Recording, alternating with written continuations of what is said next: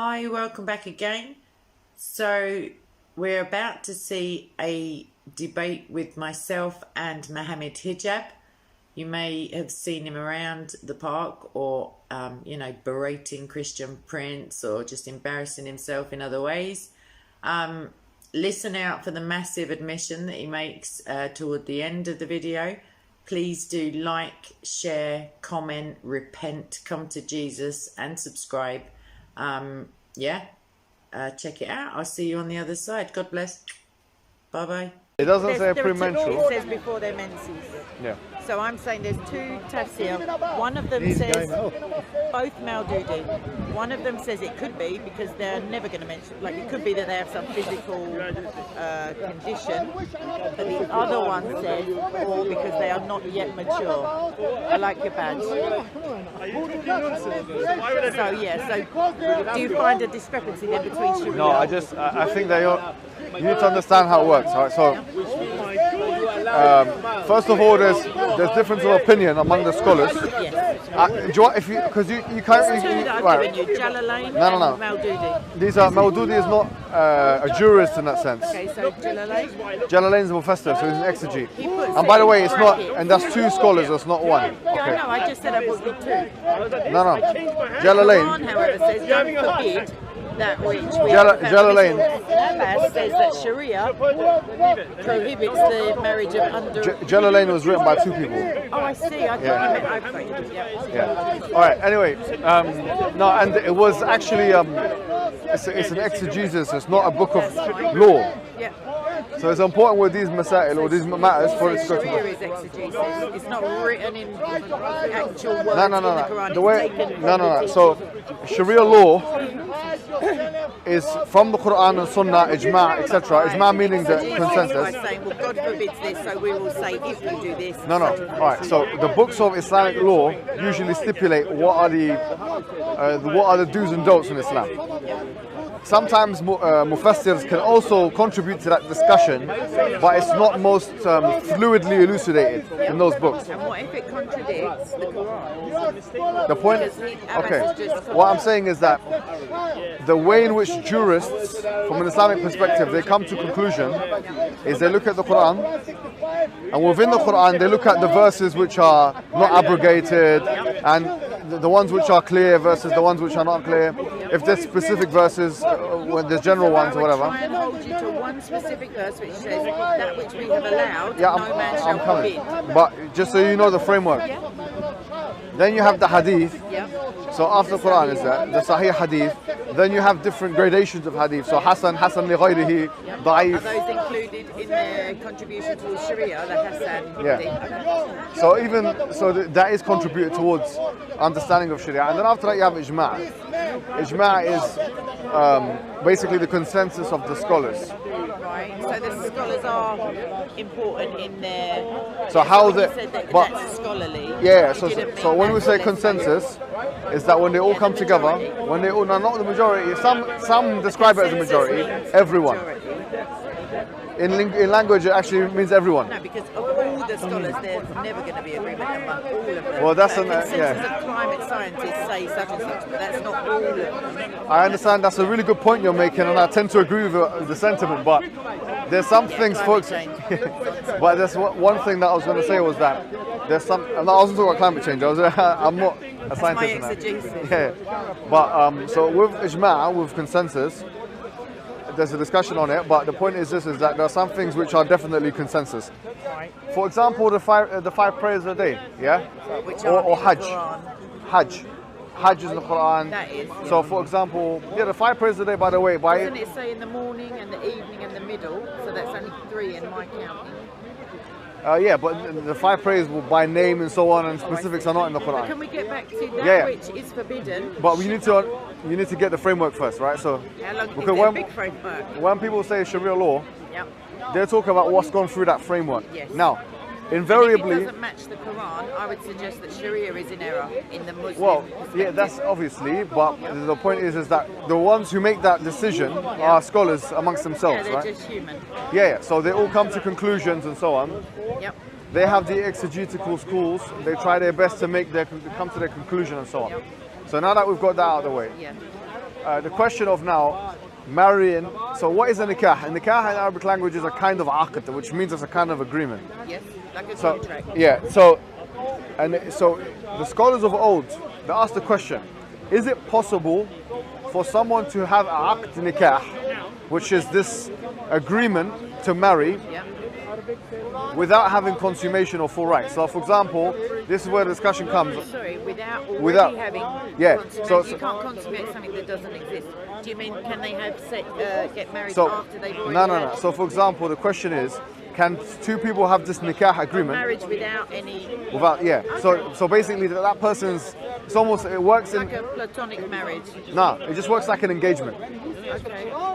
So the scholars differed on this matter. Yeah, some scholars said, yeah, you can have it. So for example, in the olden days, say for example, I had a child, I had a daughter or something. Yeah. Within wedlock. Pardon? Within a marriage. No, let's say I had a 5-year-old daughter. But I'm saying within a marriage context. Your wife had. I had a daughter. Yeah. Let's say a 5-year-old daughter, and I say, well, I've got cancer, or I'm going to go to war, and I think I'm going to die, and so on. Yep. So some scholars said, okay, look, I can draft a nikah agreement between my daughter, who's 5, Oh right. and a man who's, let's say, 20 years old, but there's no Just for security. there's no sexual thing that happens. Yeah. Or would it eventually become that when she So became of age? when does it happen? Now the scholars discuss this. They say, for example, Ash-Shawkani says this is not allowed. Ibn Uthaymeen of our present time says this is not allowed. But some scholars of the madhahib said they're allowed. So I said that these contracts are allowed. That, for example, if they get to a certain age, let's say 12, 13, 14, whatever age of ability, they call it qudra, which is ability. Pardon? Ability for what? Ability. The ability to accept and No. be part of a Ability to have intercourse. marriage. Oh, right. Yeah. Does that include emotional or like a, So- is it just physical? Primarily, it's physical, but it does include psychological as well, and mental as well. Because if someone is not of mental age, or they haven't got the ability to, or they're judged by the people, their seniors to not be mature for marriage, then surely they wouldn't be put in that position. Okay. So what I'd ask then is if Sharia forbids marriage, even in maybe 3 of the 5 schools, or if there's any prohibition on marrying a girl before her menstrual cycle begins, yet the Quran says this we find permissible and no man will forbid Now, that. what the Quran talks about is divorce, right? Yes. So if someone has, so the verse you're talking about. Abbas, just, I don't know what Yeah. you referenced. No, but I you don't know said- about Abbas. I'm sorry, I can't follow different. I can only tell you. That's what I, Yeah. that's what I brought to you. No, that all right. question. So in chapter 66 of the Quran, وَاللَّائِي لَمْ يَحِضْنَ, which means that the ones who have not menstruated yet. Yeah, and Jalalain says All right. because they are So, not so, yet so, mature. so let's say that means that they've never had menstruation. Not that they're pregnant, or which it could also mean. Which it could also mean. Pre-menstrual. Yeah, it could. Let's say No, it not means. yet menstruated means they Yeah, can't no. be pregnant. They're No. pre-menstrual. Let's say that's correct. You're Yeah. talking about the first and the third category. No. By the way, some mufassirs have said this means pregnant woman. No, And, they're already included in the yeah, fine. But what I'm saying is, let's take your interpretation, or the interpretation of some of the scholars as well. Most of them, I would imagine. Not really, Because because it says all those who are pregnant. Fine. So they can't be the same group of people being discussed.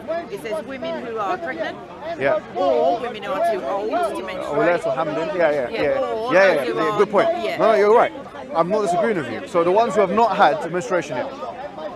So here, this would refer to prepubescence. Yes. Yeah. Now this question of prepubescent marriage, you're correct.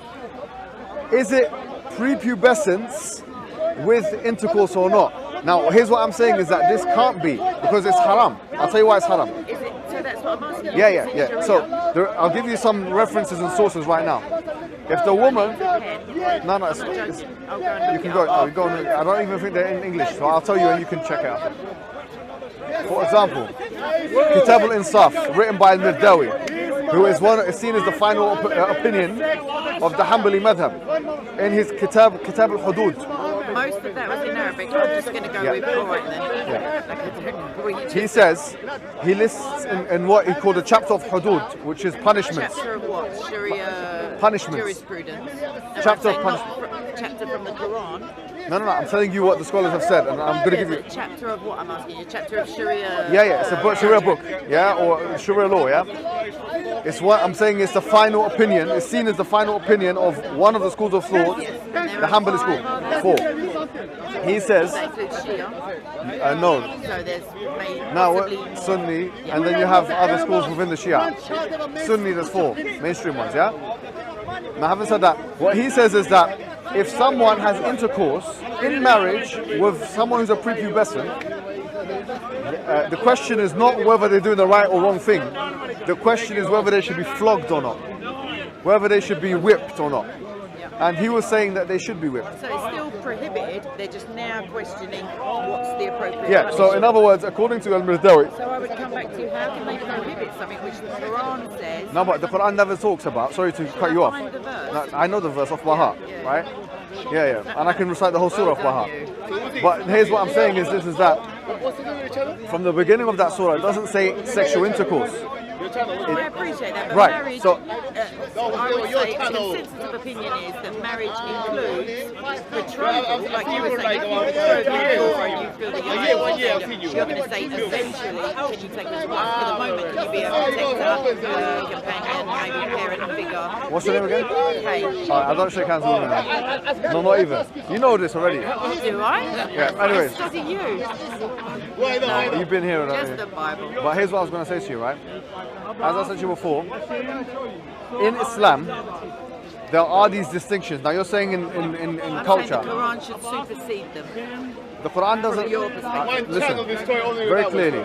The Quran never says that nikah yaqtadi al-jima', which means it never says. Is it a generic verse? Is it saying anything the Quran ordains as acceptable? Look, We forbid that. Let me say this one more time. We're growing. I just need to make this very. I want to make this very clear for you, right? I've said to you before that this nikah agreement, according to Ibn Qudam al-Maqdisi, he wrote a book called Al-Mughni, and the chapter is Bab al-Nikah. He mentions that nikah is like aqd, which means any agreement, any business agreement, any deal. Now here's what I'm saying to you is that the scholars of old, they debated on whether or not it's possible. Say if I've got a daughter, I can. That's betrothal, though, is my right. It's but not marriage. Whatever. But marriage ceremony. The point. Saying, can you please? Yeah. No. How? This is the question. Now, what if she gets to the age and she says, "I don't want to get married. I don't want it." Now, Ash-Shawkani says, if she says, one other scholar, he says, if she gets to the age of discernment, Yep. and she gets to the age of ability, and she doesn't want to be with this person who her father suited her with, Yep. then she can reject it based on the hadith. Al-Bikru tusta'dhan, based on the hadith that the virgin has to be asked for permission before marriage takes place. Yeah. So how do they do jama'? Shawkani says that the way he does jama' between the hadith, or he puts them together, and the ayah and so on and so forth in the Quran, is that he says that, okay, you can have a nikah, technically, with someone who hasn't reached the age of discernment yet, when she gets to the age, she can decide whether or not, number one. Number two, that he can't have sex with her until she gets to the age of ability. All the scholars, there's never going to be agreement among all of them. A consensus of climate scientists say such and such, but that's not all of them. I understand that's a really good point you're making, and I tend to agree with the sentiment, but there's some things... climate change. But there's one thing that I was going to say was that there's something... I was talking about climate change. I'm not... That's my exegesis. Yeah. But, so with Ijma', with consensus, there's a discussion on it, but the point is just that there are some things which are definitely consensus. For example, the 5 prayers a day, yeah? Or Hajj. Hajj is in the Quran. That is. So, for example, the 5 prayers a day, by the way, Doesn't it say in the morning and the evening and the middle? So that's only 3 in my counting. Yeah, but the 5 prayers by name and so on, and specifics are not in the Quran. Can we get back to that which is forbidden? But you need to get the framework first, right? So Because a big framework. When people say Sharia law, they're talking about what's gone through that framework. Yes. Now, invariably, if it doesn't match the Quran, I would suggest that Sharia is in error in the Muslim. Well, yeah, that's obviously, but the point is that the ones who make that decision are scholars amongst themselves, they're right? just human. Yeah, so they all come to conclusions and so on. Yep. They have the exegetical schools. They try their best to come to their conclusion and so on. So now that we've got that out of the way, Yeah. the question of now, marrying. So what is a nikah? A nikah in Arabic language is a kind of aqd, which means it's a kind of agreement. Yes, like a contract. Yeah. So the scholars of old, they asked the question: is it possible for someone to have aqd nikah, which is this agreement to marry, without having consummation or full rights? So, for example, this is where the discussion comes. Sorry, without having. Yeah. So you can't consummate something that doesn't exist. Do you mean can they have get married after they've already? No. So, for example, the question is, can two people have this nikah agreement? Marriage without any. Without, yeah. So basically, that person's. It's almost. It works like a platonic marriage. No, it just works like an engagement. Okay. So the scholars differed on this matter. Yeah. Some scholars said, yeah, you can have it. So, for example, in the olden days, say for example, I had a child, I had a daughter or something, yeah? Within wedlock? Pardon? Within a marriage? No, let's say I had a 5-year-old daughter. But I'm saying within a marriage context. A wife had I had a daughter, let's say a 5-year-old daughter, and I say, well, I've got cancer, or I'm going to go to war, and I think I'm going to die, and so on. So, some scholars said, okay, look, I can draft a nikah agreement between my daughter, who's 5, and a man who's, let's say, 20 years old. But there's no sexual thing that happens, yeah. Or would it eventually become that when she grows So of age? when does it happen? Now the scholars discuss this. They say, for example, Ash-Shawkani says this is not allowed. Ibn Uthaymeen of our present time says this is not allowed. But some scholars of the madhahib said they're allowed. So we said that these contracts are allowed. That, for example, if they get to a certain age, let's say 12, 13, 14, whatever age of ability, they call it qudra, which is ability. Pardon? Ability to accept. No. Ability to have intercourse. Yeah. Does that include emotional or like is it just physical? Primarily it's physical, but it does include psychological and mental as well. Because if someone is not of mental age, or they haven't got the ability to, or they're judged by the people, their seniors to not be mature for marriage, then surely they wouldn't be put in that position. Okay. So what I'd ask is if Sharia forbids marriage, even in maybe 3 of the 5 schools, or if there's any prohibition on marrying a girl before her menstrual cycle begins, yet the Quran says this we find permissible and no man will forbid Now, that. what the Quran talks about is divorce, right? Yes. So if someone has, the verse you're talking about. Abbas, I don't know what he referenced. No, I don't know about Abbas. I'm sorry, I can't follow different. I can only tell you. That's what I brought to you. No, all right. So in chapter 66 of the Quran, وَاللَّائِي لَمْ يَحِضْنَ, which means that the ones who have not menstruated yet. Yeah. Jalalain says All right. because they are So let's say that means that they've never had menstruation. Not that they're pregnant, or which it could also mean. Premenstrual.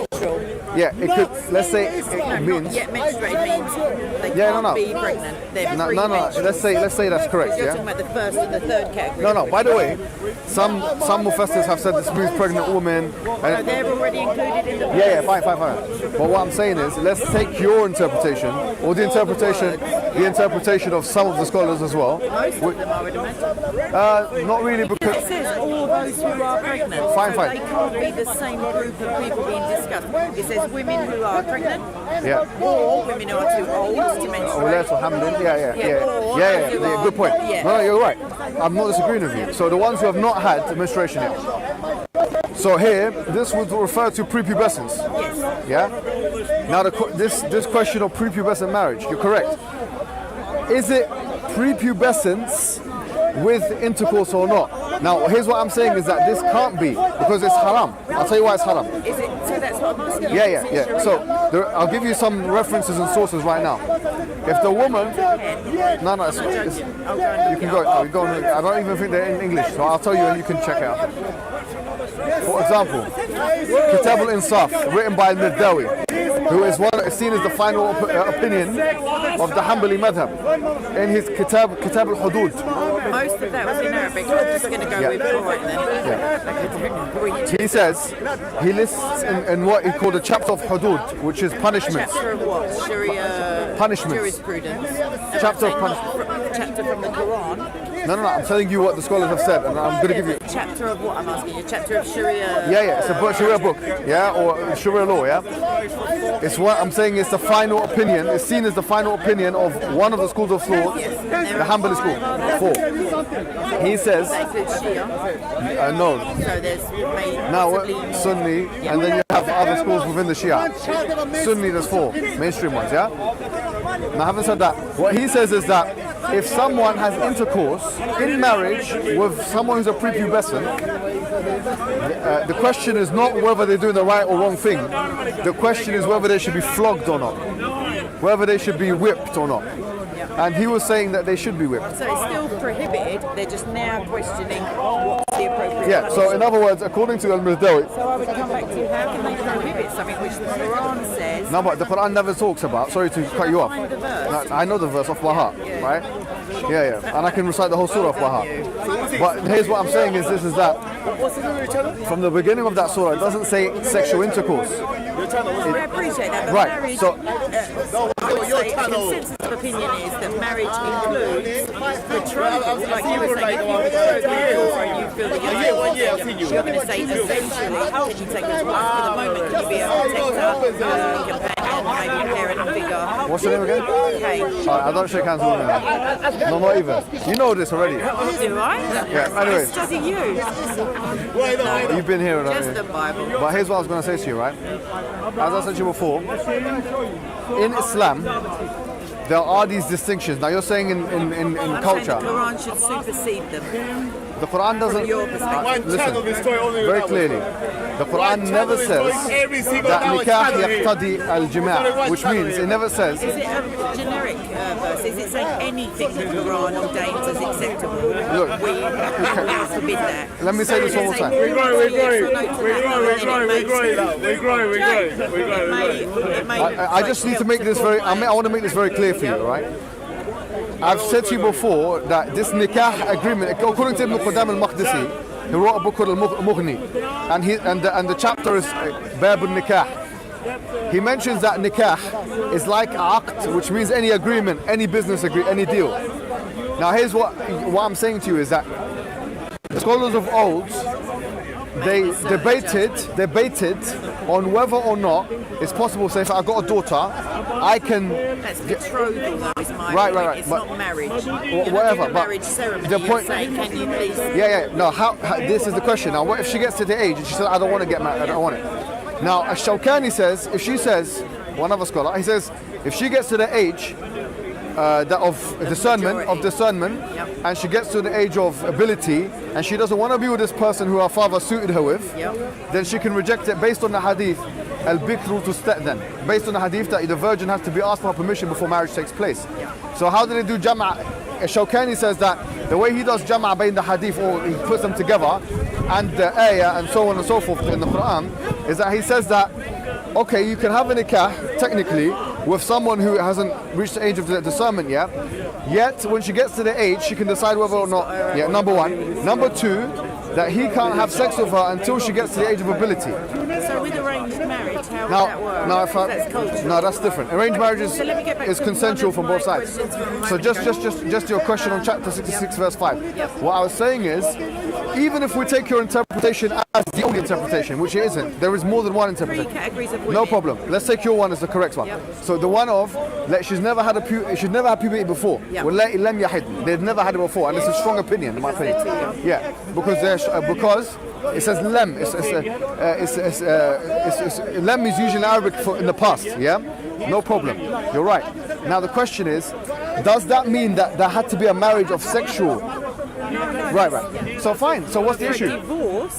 For a divorce in Western law at least, there needs to be consummation to need a divorce. But the Quran says, if I get married and my husband can prove that we have not consummate the marriage, he can just negate or annul that marriage. Good. But my other question is it a generic verse in the Quran that says that which we find permissible, you will not forbid? The Quran also says that if you divorce your wives and you never touched them before, which makes it possible that you can divorce someone that you haven't had sex with. But is 65:4 speaking about that? Is the verse? Is no. 65:4 Chapter 60. What? Chapter 66, not 65. 66. Sorry, 65. So it's the Talaq is 65. So 65, verse 4. What it talks about is that it says it's a generic. Waiting period. Right? Generic verse. Agreed. Well, it's all women of this category. Yes, all women of there you have category. it. Yeah. Now, so we say that's a generic verse. The only thing that can do ikhtisas of it is of something which is specifier. Yeah. So there's two specifiers the scholars use. One, the fact that Prophet Muhammad ﷺ, if we take the hadith of 6 to 9, that he waited before because he married at 6 and then he consummated 9. So for that waiting period to Lifetime, without bothering him, they could say, no, I know him well enough and I know the Quran to say this is the judgment, like if there's confusion. Is that what you mean? No. When the Prophet Muhammad ﷺ was alive, Yes. there was no need for anyone else to be able to do judgment than him. But when they were reciting the Quran, when they got to the verse that said that which Allah finds permissible, no man shall forbid, surely that is clear and concise. So what's the problem? Yeah, okay, fine, I agree. So if Sharia then forbids that, Forbids what? anything that's permissible within the Quran. No, but by definition, Sharia is an attempt to understand the Quran. Exactly, Yeah, okay. So I just know during the previous, not the conversation between you and I heard someone else saying that even though 65:4 says this, Sharia forbids marriage of No. underage Okay, well that's a discussion that I know, yeah, but right. it was just I'm a my- different person. What I'm saying to you is clear. Let me be clear. 65 Wallahi lam yahid. Yeah? Wallahi lam yahid, the ones who have never had menstruated before. Yes. If we say that this means that women, girls that are premature, that have not had periods before, yeah, we can accept this. No problem. Yeah, I'll accept that that interpretation. I'll say fine. But does it say in the verse that they can have sex with the man? It doesn't say that. No, it says As I they're said to you married. before, the Quran makes it explicitly clear in Surah It's An-Nisa permissible to that marry without consummation. no. It says that if in the Quran it says that if you have touched her, then you don't have to give her mahar back. In other words, her dowry back. If you haven't touched her, then and you divorce her, then you don't have to give her a mahar back. In other words, it's conceivable to marry and not touch. Yeah, and that is a form of marriage which existed. It's actually not a marriage. It's in vernacular terms, we would refer to it as a contract of some sort. So what I'm saying is this: it's not. Look, let me just. Yeah, no problem. No, it's the opposite. He's saying without sex. Yeah, so I'm saying without sex. Exactly. Thank you very much. Yeah, someone who understands a little bit of what I'm trying to say. So here, no, it's fine. Just leave him. He's a young man. He's obviously all the ladies are very attracted to him. Thank you. Very attracted. Now. Lying is a sin, you know. Oh yeah, sorry. No. Some women are definitely. Beauty is in the eyes of the beholder. Okay, so having said that, what I'm trying to say is this: is that so when the Quran says "Wallahi lam yahid," this is that if we put Jam'a Adillah, or put all the dalils together, which we have to do as part of the method, then you'll find that the Quran says, yes, the ones who have never had, but it also says, the hadith says, "La darar wa la dirar," which is the qaida, which means you can't harm or reciprocate harm, which is the principle that everyone uses to say that you can't have intercourse with someone who's prepubescent or unable. The second thing they use is the fact that Prophet waited before he did it with Aisha. So what's the point of the wait? Are we assuming from that Aisha had menstruated by the time she was 8/9? She wasn't 8. No. It says 9 in the hadith. She says 8 in brackets 9. No, not 8. No, it's 8. 8 and 9. Narrated by her. But I would Says I was 8 and in brackets I was 4, playing 9. with the dog. Can I add something? I think this matters. Sorry, my However- other question however- is, however- you've spent a lot of Yeah, time of course, explaining of it. course. Thank you very much. Does that My make sense? question- Yes, it does. Yep. But why is there no, I mean, you can't know the mind of God, but why is there no category within 65(4) for those marriages that don't contain sexual relations? Because- See, no, it's because- just talking about categories of No, women, okay, so not types of we had this marriage. discussion before. There's some things that are not like the Quran is like the constitution. Non-specific. The Quran is like the constitution, and the hadith is like the laws. So it expects Right. exegesis. So what? You need elaboration. Yes. That's why I say to Quran alone. I actually made this argument that you're making. I said that if you only took a Quranic understanding, then it would be permissible for you to have sex with minors. Yes. The only way to get away from that is to have hadith expansion. Yes. If you only took the Quran, you're right. If the Quran was the only thing, I have a video on this with Quran aloners. If you only looked at the Quran, based on the verse in the Quran 65:4, Yes. it would be permissible to have sex with minors. But what I'm saying is that we don't just take Quran. So we take Quran and hadith. And as a result of that, because of the actions of the Prophet and his saying that you can't harm anyone, the jurists have said, for example, I've mentioned Mirdawi in his book Al-Insaf and his chapter of Hudud. He mentions anyone who has sex with someone who's under the age of puberty. Within marriage, or it doesn't matter? Yeah, within marriage, they're whipped. Okay. So in other words, they're flogged in public. Yeah. Now there's a question. The scholars, he said the Hanbali scholars, they differed. Some said that they are whipped, and some said they're not whipped. The point is that why is he talking about punishment in marriage? So this is something. What I'm saying is Islam is actually the only religion, in my understanding, especially of the Abrahamic religions, which makes it so explicitly clear that in fact having intercourse with unable people, whether they be minors or not, by the way, because there can be someone who's mentally ill, or by the way, like in the law now, can I ask you a question? If I wanted to have sex with a 75-year-old, Legal. It's legal. But if I guarantee if I had sex with a 70, sorry, but not from me. So if someone, to be fair, okay, you're saying yourself. Okay. I don't mean. No. I mean, listen, what I'm saying is, but is it illegal? No, it's haram though. So. It's haram. If I went and married, so is eating pork, and that's not illegal. What I'm saying is that I understand your point. the one size fits all policy of 15, 16, and by the way, I don't care about that. I'm not even against the age of consent, but I'm saying that it should be more nuanced. I'm saying that. No, 16 is quite. Look, no problem. Right. I'm saying it's more nuanced in a sense. Yeah, over 16 and without the emotional capacity. That no problem. No problem. I'm saying that. Look, in the day and age we live in now, I actually would posit to you, and I made this argument before with Ali. We said that look, because there's more than one factor. Because qudra is a matter of ijtihad. Qudra, which means ability. Yes. It's a matter of ijtihad means. So what ijtihad means? Scholarly ability and to discern. Right. So there's a lower and upper limit when it's generically acceptable for sexual relations. Just one thing, and then Ali's going to say something. But my other question. So earlier you suggested that the Quran in some places only needs exegesis, and the scholars come together, and you said some Arabic words, and they come together. And so I'm asking over time then. So at the time of the Prophet, obviously there weren't huge schools of Islamic thought or scholars. There were just the companions and believers. So as time goes on, and you mentioned the law within this country, I'm assuming of consent. Do those, obviously they're human, but do you imagine that those things are heavily influencing their scholarly... Yeah, 100%. And they should do as well. Yeah. Because here's what people don't understand. Here's what people don't understand about, and this is what I wanted to say to you before you... here's what I want to say to you. Look, every environment is different, okay? Islam is not... The Islamic law is not a rock, in the sense that it's unmalleable, unflexible, and... It's like science in that respect. In the sense, there is a degree of elasticity, and that's what usul is all about. Is to see, okay, what works well in this situation? What counts as harm in this situation? What counts as necessity in this situation? And the answer to that question is different. So for me now, if I bring someone, my man, I say, look, we go to a primary school, year 6, year 5, year 6. If we go, year 5, year 6, year 10, 11-year-olds, If we go to those ages, and I promise you, anywhere in London, anywhere in the UK, are any of these kids ready for marriage? Absolutely not. But the thing is, you don't know about a million years. Yeah, 5 years. Because believe me, it's happening now. They're having sex behind the bushes. But they're not ready for marriage. No. They don't go off and get married. But me and you agree on this, yeah? All right, so me and you agree on this. Why? The reason why is, listen to this. We would both say that it contradicts their ability, emotionally. So it would harm them. Yes. Okay, anything that harms anybody is not allowed. End up married. Yeah, it's not allowed. All right, so if it's because the qaida that we have, which is similar to a liberal thing, is the primary thing that we would agree on is because it's sinful. So God ordains that a man and a woman should join together. This is what I say to you. Look, this is what I call Sharia consequentialism. Yeah. Because the last question, why is it wrong to have sex with a 1-year-old? Forget about... I'd explain that. I'd say physically it's damaging. Perfect. Morally it's disgusting. Within the context of God's law, God does not prescribe that in any way, shape, or form. All right, but even if we had that out of the picture for a second... And it's morally... Jesus does in the Old Testament, though. No, we're not talking about... Please don't talk to me. Okay, forget about Jesus for now.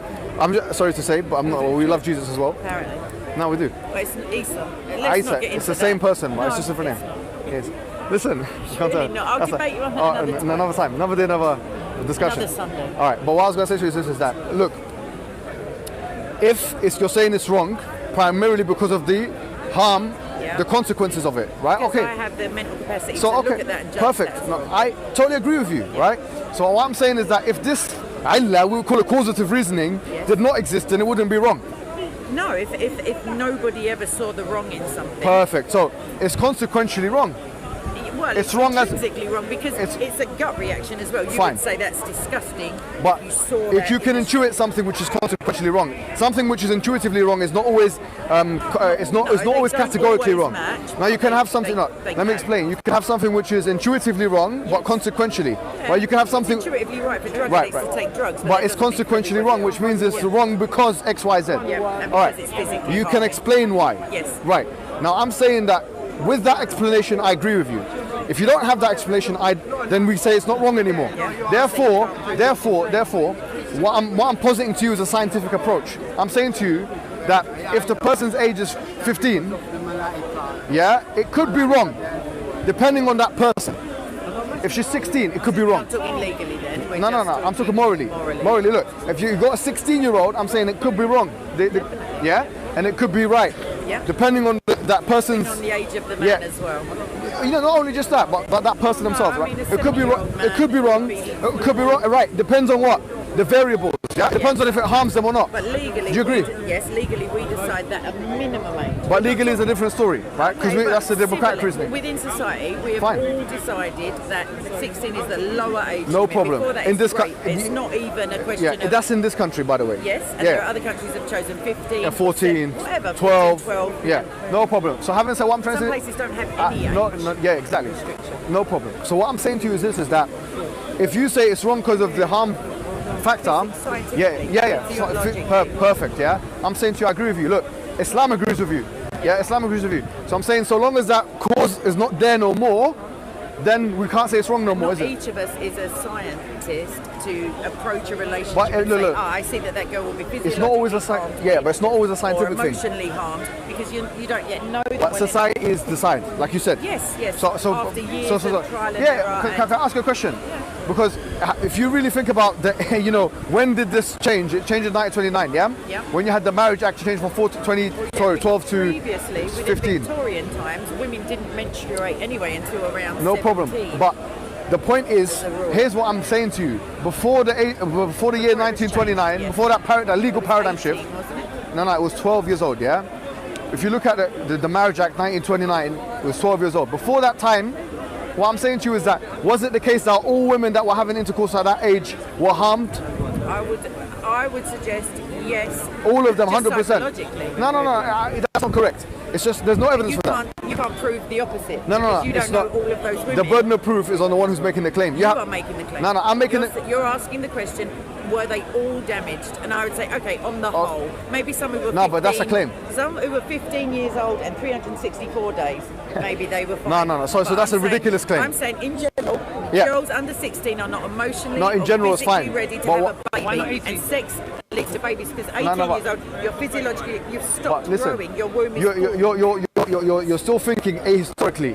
No, I'm not saying it didn't happen. No, I'm not saying that would either. be I'm saying ahistoric. to you, look, if you get an 11-year-old's testimony in the year 1905... They may say it's absolutely great. They may say, I've got to leave home, I've got to go off with this guy, but that doesn't mean it hasn't damaged them, and that damage may not come out until they're in their 40s. No, but then if you're saying that... No problem. But if you're saying that is the case, that there was wide-scale epidemic harm of women because of that, or men for that matter, then what you have to... having up to 10 children in those No, but days, I understand. that's physically But damaging in can I just itself. finish this point? The point is that... I'll never have a baby, so I don't know why you're pulling So, I've had one. I know it's quite damaging. No problem.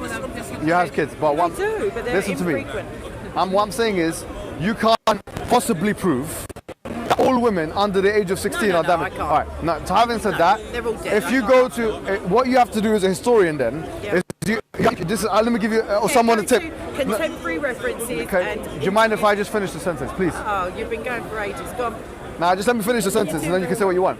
What I'm saying is this: is that if you wanted to do a historical project, which is done in many universities in London, in the UK, in the US, and in the Western world, the effects of, let's say, pre-teen marriage, for the sake of argument, the effects of pre-teen marriage on women or girls or whatever, on females, use neutral language.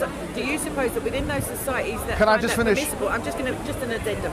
Do you find that in those societies where it's permissible, they're going to do any studies on damage? No, just let me finish what I'm saying. You would have to, like what I'm telling you, what you would do academically. Yeah. I'm studying it. I know what to do academically. No, I'm giving you an example, right? So you'd have something like the effects of preteen marriage on X society and on females in X society from time X to time Y. Then you'd have to go and get micro historical reports of like diary entries or something. I was so harmed and whatever. Now I'm saying to you that, look, if you can produce this evidence and actually take into consideration the counter. Produce the evidence for all, because that's the part. That's the point. That's impossible, right? Exactly. But that's why you asked the question. Oh, brilliant. So we come to a conclusion now. So if it's not all, then it's conceivable possibly that 1,000 years ago, that a 9, 10-year-old would not be harmed in these ways. That's conceivable. That's all I'm saying. That's all we're saying. Well, if you've got to go on. Is there any other example? That's all we need to say, Ali, please. And also, can I clarify? Is there any other example apart from? And you know, regarding this is the Quran. Oh, so the Quran says that divine law is unalterable. This gentleman's showing me that. So that was my whole point. If God has said it's all right, to do what? But we're not saying God said it's all right. Yeah, we agree with that. This argument that's recently arisen is David Wood's video. I don't know if you've seen it. Yeah? Okay, so we recently saw it, and we're going to be doing a video very soon. So the argument here is, Uncle, you need to listen. It's very important for you. Yeah. So the argument here is that it's talking about that if a woman doesn't menstruate, it shows that Islam allows. She's a girl. Yeah. Well, this is easy. Look, shall I tell you something? David Wood done a video 22 minutes. I'm going to answer in 22 seconds. 22 seconds. Look at the camera now. Okay, are you guys ready? Please. Okay, the Prophet was married to Aisha at 6, yeah? Yes. Okay, before the Prophet consummated marriage at 9. 8. Aisha said No problem. We want to make our guests happy. 8. You know what? Make it 7.5. Yeah, lucky chance. No problem. Aisha said 8. Okay, 7.5. She said 9 actually. Then you're lying. Okay, 8. Okay, 8. Okay. Now, we believe Aisha was. We believe Let me finish the point. Let me finish my point. This is, wallah, it's very easy to be answerable. Yeah? If the Prophet divorced Aisha at the age of 7, this Quran verse you can see in action. Why? Because firstly, they've got a marriage contract. Secondly, the Prophet divorced her before she was menstruating. Yeah? So your argument here that the Quran says that you can. Made this point. No. I think you didn't understand me. No, He's going through other scholars and how they understood it. I'm saying to you very clearly, the Prophet's marriage to Aisha, you know where it says the iddah period for a girl that's not menstruating? David Wood is using this argument to say that basically you can have intercourse with a girl that is... no, you can divorce a girl. Yes. That's what the Quran says. Okay, so I'm brilliant, saying, by the way. Yes. He's not really so brilliant. After what Hijab did to him, know. I don't think he's so brilliant. I don't think he's so brilliant. I mean, ladies and gentlemen, look at this guy's face. Do you remember that moment? Yeah, we all saw that moment. Yeah. I did. What is David Wood's career finished, but I think. Ask David. David and Samson. Madam, can you listen to me, please? Because this is very crucial. You're him. No, I'm talking to you. Okay, the Prophet married Aisha at 6 and he consummated at 9. If we believe that she started menstruating at that age, if the Prophet divorced her at the age of 7, she is a woman that's been divorced that is not menstruating. Listen, case closed. That's it. No, well, the case is still open. Okay, please. It's in the Quran. It hasn't been abrogated. According to you, it's Please, let me. So why you said please address it? But I just thought we concluded quite nicely. But 65 says you can divorce a girl who is premenstrual. It doesn't talk about consummation or otherwise. So I can interpret that, and so can everybody else, as either with or without sex. Exactly what I'm saying. So it doesn't say a girl who has not yet menstruated and you haven't yet. Yeah, you would. You're right. But then. No, but that's what I'm saying. Your argument. It's talking to all Muslims. This is the waiting period for a lady who's past her menstruation, is pregnant, or during her menstrual. Or a girl that's not menstruating. Or a girl. Oh, it says woman. Yes. But Jalalain says because she's not old. Exactly. So what we're saying is very clear that you guys are trying to say that the Prophet. So in the Quran, I haven't mentioned the Prophet once, but thank you for the you guys. Thank you very much. So in the Quran it says that when you divorce, and it said girls. Aisha, so it's clearly not Would you allow me to Did he divorce Aisha? No. My You need to have a halala for that. Okay. So it seems very clear. Either you got my point and you don't like it, because I believe this issue between 6 and 9, the 3-year gap, has been so troubling for David Wood that he had to do a whole video, 22 minutes. You're going to pick him up, don't worry, yeah? No problem.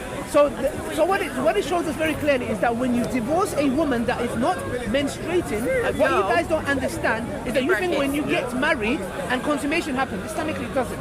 You can have a contract, which the Prophet did with Aisha at 6, and if the Prophet decided to divorce her at 8, he'll be divorcing a girl that is not menstrually in the menstrual cycle, so it will fit this Quran verse perfectly. It would, because but it's so not about thank you. because he didn't divorce her, and he did sleep with her eventually. No, at night when she was an adult. No, 8. She said, are you calling her a liar? When she was an adult. Are you calling Aisha a liar? 7.5 even. By the way, the hadith says 9. It says 8 in brackets or 9. No, but that's in English. I don't know about English. I know the hadith in Arabic. Is 8 I don't know and who's 9 the same in Arabic? no, it's 9. Some hadith says Bent to 9. Anyway, sorry. Madam, why are you talking on behalf of